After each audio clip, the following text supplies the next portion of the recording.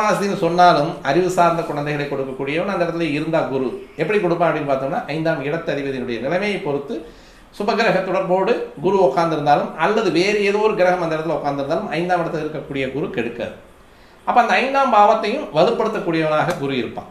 அப்போது ஒரு கிரகம் அப்படின்னு சொல்லக்கூடியது ஒரு ஜாதகருக்கு 1, 2, 4, 5, 7, 8 உட்கார்ந்தாலும் ஒரு பெரிய விஷயத்தை அதான் படிப்பு குடும்பத்தையெல்லாம் உருவாக்கி கொடுத்துருவார். ஆனால் இவருடைய செல்வாக்கில் கொஞ்சம் சரியாக செய்வார். அதேமாதிரி கொஞ்சம் மான அவமானங்களுக்கு படிப்பில் கொஞ்சம் சிரமத்தை கொடுக்கக்கூடியவராக இருப்பார். 1ஆம் இடம் தந்தையை சொல்லக்கூடியது, 10ஆம் இடம் தொழிலில், 11ஆம் இடம் இதெல்லாமே கிட்டத்தட்ட ஒரு 5 பாவங்கள் 6 பாவங்கள் குரு அது அதனுடைய பலனை எடுக்கக்கூடிய கிரகமாக இருக்கும். அப்போ இந்த ஜாதகருக்கு குரு அப்படின்ற ஒரு கெட்டு போயிட்டா இதில் என்ன ஒரு மிகப்பெரிய ஒரு சூட்சமம் அப்படின்னு சொன்னோம் அப்படின்னா, காலபுருஷ தத்துவத்தின் 4 கூடையவர் சந்திரன் ஒரு ஜாதகருக்கு